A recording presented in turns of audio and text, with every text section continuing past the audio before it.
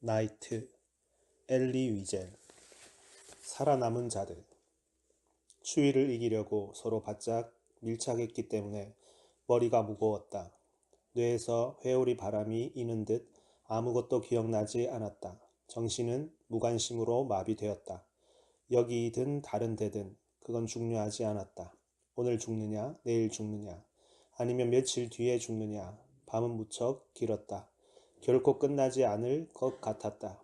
마침내 지평선이 부옇게 밝아오자 뒤엉킨 사람들의 모습이 드러났다. 모두 얼굴을 깊숙이 파묻은 채 웅크리고 있었다. 다른 사람 위에 올라탄 사람도 있었다. 눈 덮인 공동묘지 같았다. 이른 새벽빛 속에서 나는 산 사람과 죽은 사람을 구별하려고 했다. 그러나 쉽지 않았다. 내 시선은 눈을 크게 뜨고 허공을 쳐다보는 어떤 사람에게 고정되어 있었다. 핏기 없는 얼굴에 서리와 눈이 덮여 있었다. 아버지는 바로 옆에서 담요를 두른 채 잔뜩 웅크리고 있었다. 어깨에도 눈이 덮여 있었다. 아버지도 죽은 거라면 아버지를 불러보았다. 아무런 대답이 없었다. 할 수 있다면 비명이라도 지르고 싶었다. 아버지는 움직이지 않았다. 이제 살 이유도 싸워야 할 이유도 없어졌다는 생각이 불현듯 스쳤다. 열차가 황량한 들판에 멈췄다. 갑자기 열차가 서는 바람에 몇몇 자고 있던 사람이 눈을 떴다. 그들은 선 채로 주위를 둘러보고는 깜짝 놀랐다. 밖에서 친위대가 소리치며 지나갔다. 죽은 사람을 내던져라. 시체는 전부 밖으로. 살아있는 사람들은 기뻐했다. 공간이 조금은 넓어질 테니까. 자원자들이 나서서 시체를 내던지기 시작했다. 그들은 바닥에 늘어져 있는 사람들을 뒤적였다. 죽은 사람이다. 끌어내. 지원자들은 시체의 옷을 벗겨 서로 나누어 가졌다. 그러면 마무리하는 사람 2명이 각각 머리와 다리를 잡고 밀가루 부대 던지듯 시체를 열차 밖으로 내던졌다. 여기저기서 외치는 소리가 들렸다. 이리 와봐, 여기도 있다. 내 옆 사람이 움직이지 않아. 2사람이 아버지에게 다가오는 것을 보고 정신이 번쩍 들었다. 나는 아버지를 감쌌다. 몸이 싸늘했다. 아버지를 찰싹 때렸다. 반응을 보이지 않는 아버지의 팔을 문지르며 울었다. 아버지, 아버지, 눈을 떠요. 아버지를 밖으로 내던지려 한단 말이에요. 아버지는 꿈쩍도 하지 않았다. 마무리하는 2명이 내 목을 잡았다. 내버려둬. 죽은 걸 모르겠어? 아니에요. 나는 버럭 소리를 질렀다. 죽지 않았어요. 아직 안 죽었어요. 더 세게 아버지를 때렸다. 마침내 아버지가 눈을 반쯤 떴다. 눈에 생기라고는 없었다. 아버지는 가늘게 숨을 쉬고 있었다. 봐요. 나는 흐느꼈다. 2사람은 가버렸다. 우리 칸에서 시체 20구가 내던져졌다. 열차가 다시 출발했다. 눈 덮인 폴란드의 들판에 무덤도 없이 벌거벗은 고아 수백 명을 남겨두고서 우리는 식량을 배급받지 못했다.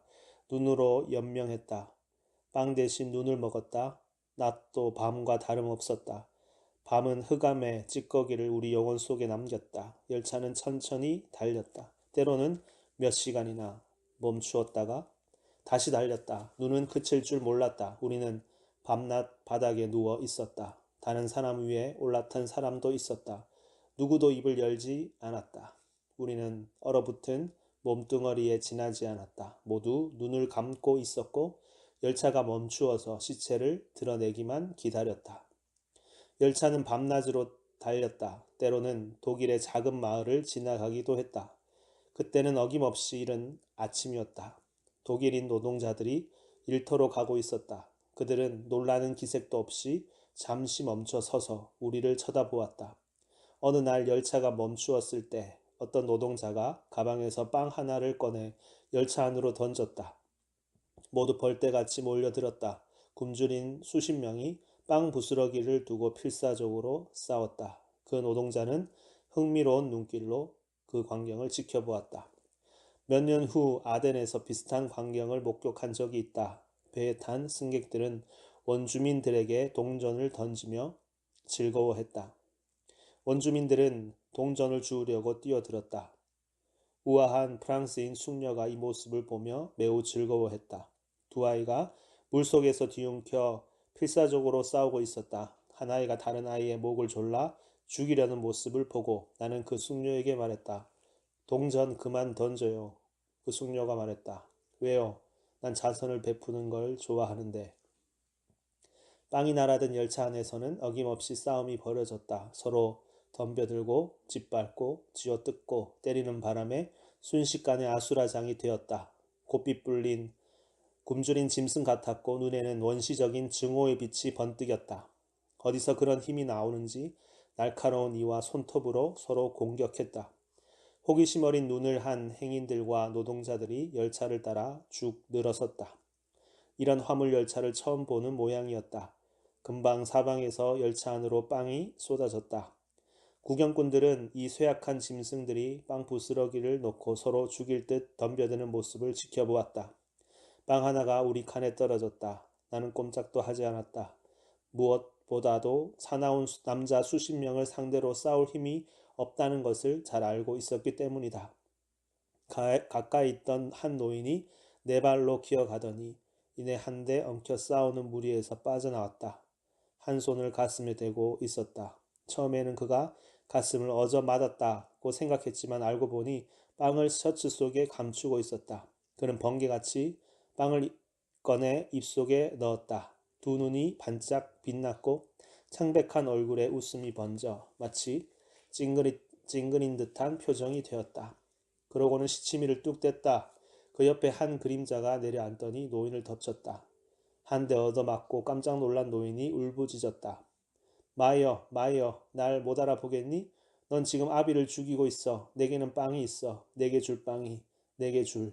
노인은 그 자리에서 쓰러졌다. 그러면서 빵 한 조각을 꼭 움켜쥐고 있었다. 그는 빵을 입으로 가져가려 했다. 그러나 아들이 다시 그를 덮쳤다.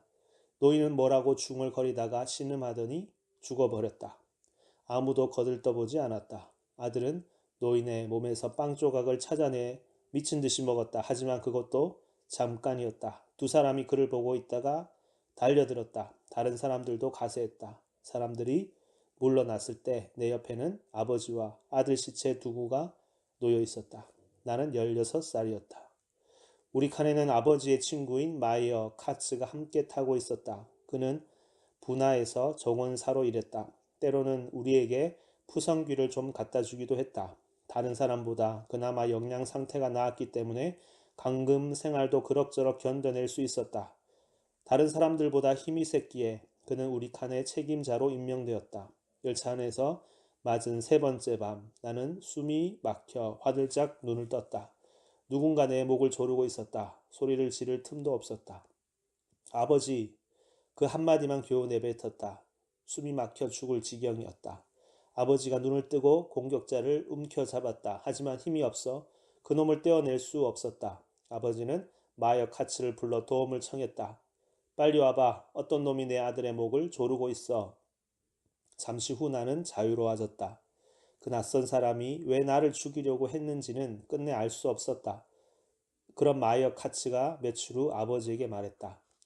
실로모, 난 너무 약해졌어. 힘이 다했어. 이젠 글렀어. 포기하면 안 돼. 아버지는 용기를 북돋아 주려고 애썼다. 싸워야 돼. 자신에 대한 믿음을 잃어버려서는 안 돼. 마이어 카츠는 신음을 내뱉었다. 더는 못 견디겠어, 실로모. 다 틀렸어. 더 이상은 힘들어.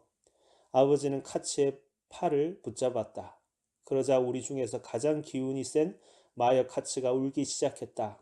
첫 번째 선별 작업에서 헤어진 아들을 생각하며 눈물을 흘렸다. 이제 카츠는 완전히 무너져 내렸다. 더 버틸 힘이 없었다. 한계에 이른 것이다. 여정의 마지막 날 매서운 바람이 불었다. 눈도 계속 내렸다. 우리는 진짜 끝이 가까이 다가온 것을 감지했다. 이 얼음같이 차가운 바람, 이 눈보라 속에서 오래 버틸 수는 없었다. 누군가는 일어나더니 소리를 질렀다.